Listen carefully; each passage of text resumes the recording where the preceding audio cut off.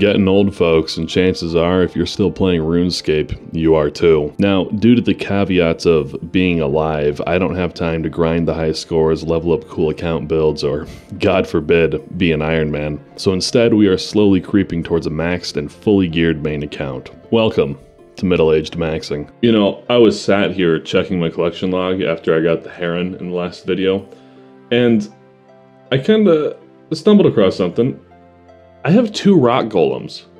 I don't know if that's from star mining or if I got both when I was doing motherlode mine forever ago, but 2 of them before 96. I feel bad for some people who are grinding skilling pets. I've been pretty lucky, if I do say so myself. Nonetheless, that was fun, Heron. I am never going to ever bust you out again. Enjoy your time in hell.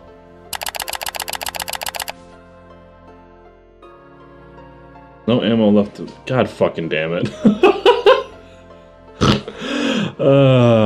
Sometimes. Man, I wasted a Keymaster teleport for that too. That's pretty disappointing. Well, folks, you did it, and I'm very, very, very proud of all of you. The analytics are on my other monitor right now. We hit 10,000 views on, on last week's video, so thank all of you. I'm gonna try and siphon that good luck and put it directly into this primordial crystal drop to fund my Masori body. Just you wait. Also, just about to 99 Slayer. Hopefully this video. We'll see. I would also like to point out that the next video I released on Friday, which is today as of me saying this, did really well as well. Like, holy shit. I'm kind of riding a wave of good RuneScape vibes right now. So hello and welcome to all of you new subscribers. You're fucking beautiful and wonderful. I hope you enjoy the middle-age maxing ride. We're going nowhere fast. One day we'll see 2277, but in the meantime we will milk the slow 2 levels of video for infinite content. No, but for real, hello and welcome. No real goals for this video besides maybe 99 Slayer. Might be kind of hard to get 250k Slayer XP over the weekend, but it's doable.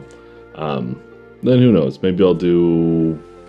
I've seen some thieving recommendations. I've seen some AFK Hunter, AFK Who's a What's It's. I've seen a bunch of recommendations from all of you fine folk now that you've swarmed the comment section. So yeah, lots of new AFK methods to try, lots of relaxing, middle-aged, one-handed mobile kinds of content to give you. I would really like to get back on the Inferno grind because I kind of started that a few videos ago and then just never went back after getting like my coaching lessons from my buddy.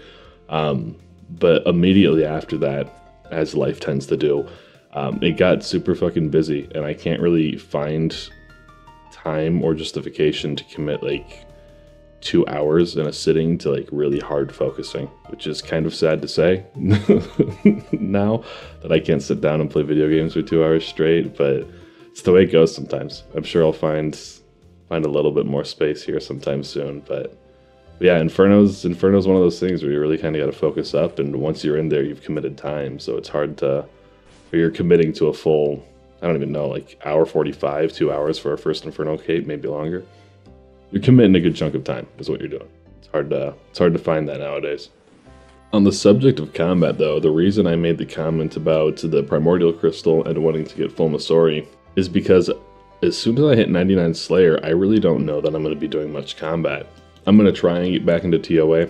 I've been really slacking on that. Doing solo 350s for a while. I'm trying to push that up to 400s, 500s, etc. But that too is a big commitment, sitting down, you know, especially when you start pushing the invocations and raids start getting longer. Point is, hunter and fishing don't really bring in the kind of money that TOA or Slayer does, and so as far as gear upgrades are concerned, as soon as I hit 99 here, I'm really not going to be seeing much, you know what I mean? It's kind of going to be all up to randomness at TOA if I ever decide to go and get off my lazy ass, but I don't know. Maybe there's some hidden money making in these skills, but fire making, wood cutting, rune crafting obviously is a lot of money, but over a long period of time.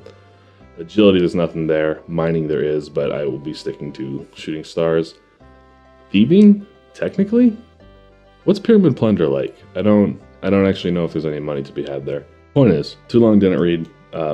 I'm going to be a broke boy in just a short 250k XP. And I suppose I could continue doing Slayer for fun and all that, but with the time I'm allocated, I really want to put it towards maxing, you know? And I'll be honest, I don't really know why people do Slayer. Obviously Slayer bosses for collection logs and pets.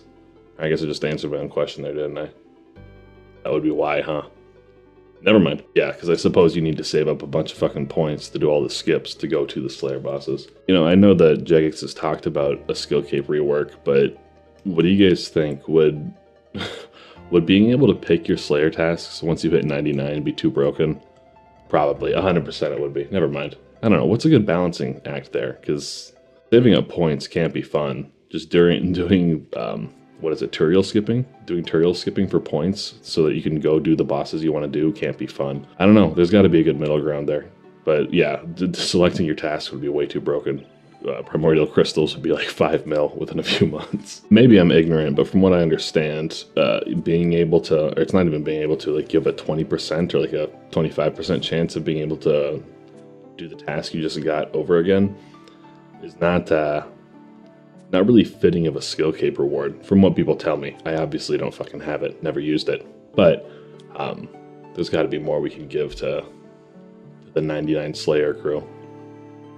The rest of this video might just be me sitting here talking to myself, theory crafting how we can fix 99 Slayer from one of the most ignorant standpoints possible, because again, never been at 99 Slayer. But I do know that like things with Inferno speedrunning, right? Fucking No Monkey talking about how they have to spend like what? I don't know what speedrunners do. They spend probably a couple of hours, I think, trying to get an Inferno task or something like that. Just getting enough points to skip past to it. There's got to be a better way we can do things where if you're collection log hunting or pet hunting or Inferno speedrunning, for example, you know, there's got to be a better way that we can make 99 Slayer more worth it. Alright, I won't hit on it any longer because I'm kind of beating a dead horse at this point, but that does fascinate me. Here's your reminder to leave a comment. I don't care what it says, just say hi. A little while back, we sold pretty much all of our bank to buy this T-bow, right? We've got Max Mage, didn't touch that, but I sold pretty much all of my Torva, all of my Torva, and a bunch of luxury items like Void Waker and Eternal Shield in order to afford the T-bow. And I don't regret it. The T-bow is fucking awesome. It's a wonderful weapon. It's applicable at so many Slayer bosses and at all of the raids. Well, I guess not all of them. I don't do top, but at Cox and TOA. I don't regret picking it up. That being said, I really miss Void Waker and I really miss Eternal Shield. Made Cerberus something else, and honestly, you know, Void Waker is special in a lot of different places besides just Cerberus. I do miss it. And that's one of the things I really, really love about the RuneScape gear progression is you don't just get best in slot and then you're done. There's a bunch of items that make life easier or shave off time or change how you do bosses. You don't want to spend money on it until you have the best in slot gear, but once you do, there's a whole slew of different changes to every single boss and every single raid in the game. Just by buying like a 50 to 100 mil to sometimes get your Elysian to make things easier, you know. Whole slew of different... Oh, hello, Smoldering Stone. What's up? A whole slew of different shit that you can buy to change how the game is played, which I think is just wonderful. So I feel like I kind of need to explain myself, at least to the people who have made this comment. Birdhouses. Why don't I do birdhouses? We should try birdhouses. Here's an unwarranted rant about the design philosophy behind birdhouses and farming. I personally, and again, this is just a personal opinion about how it's set up. If you enjoy it, you enjoy it. Good for you, Bob's your uncle. But I find it kind of frustrating as a skill because it's no longer a, you know, let's go do this skill. It's I have an obligation to do this skill, if that makes sense. Like, if I want to go and train fishing, I go to a fucking fishing spot and I fish. You know what I mean? And Hunter gets a break because half of the skill, you can just go and fucking grab chins, or you can go grab salamanders, or do whatever you want, right? But birdhouses and farming, they say, okay, you're going to plant this, and then in exactly an hour, you got to come back and grab it. If you want efficient, you know, XP per hour. And in fairness, not everyone's gonna gun for the efficient XP an hour. I know I sure as shit wouldn't, but even like in RuneLight, I can't show you because of the way I record, but you know, it's got the little timers button on the side, you know, it feels like a huge, you must go do this kind of skill, as opposed to you can go do this whenever you feel like it kind of skill. And so I kind of dislike it. Now, I know that it has its applications.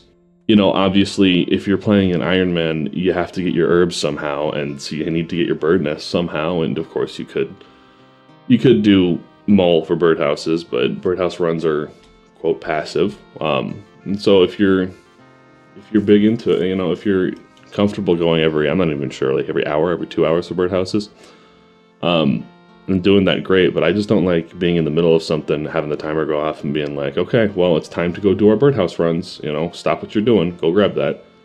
Maybe that's a shitty explanation, maybe it's not. I don't know if any of you feel the same way that I do.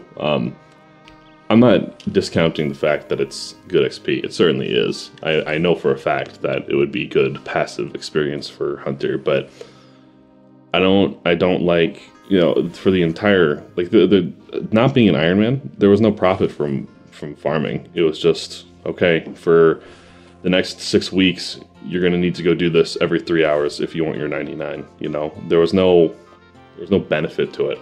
Not monetarily and not really emotionally either. I didn't really feel great when I got 99 farming. I was like, thank God, my chores are done. I don't know, maybe I'm being a little bit of a wuss about it. I could probably go try some, but again, it's just the principle of, instead of going to do a skill, you feel obligated to do it, and I don't think that's very fun design. And you know, I was gonna say, let me know in the comments what you guys think about that, but I honestly feel like the black sheep in that regard. Everyone that I know, like all my friends in real life, all my people I've met through RuneScape, they all do birdhouse runs. I seem to be the only one who doesn't want to do it. So I guess if you're in the same boat, let me know. I'd like to know that I'm not alone out there, but I just don't like the sense of obligation. I guess it's just a personal issue, skill issue.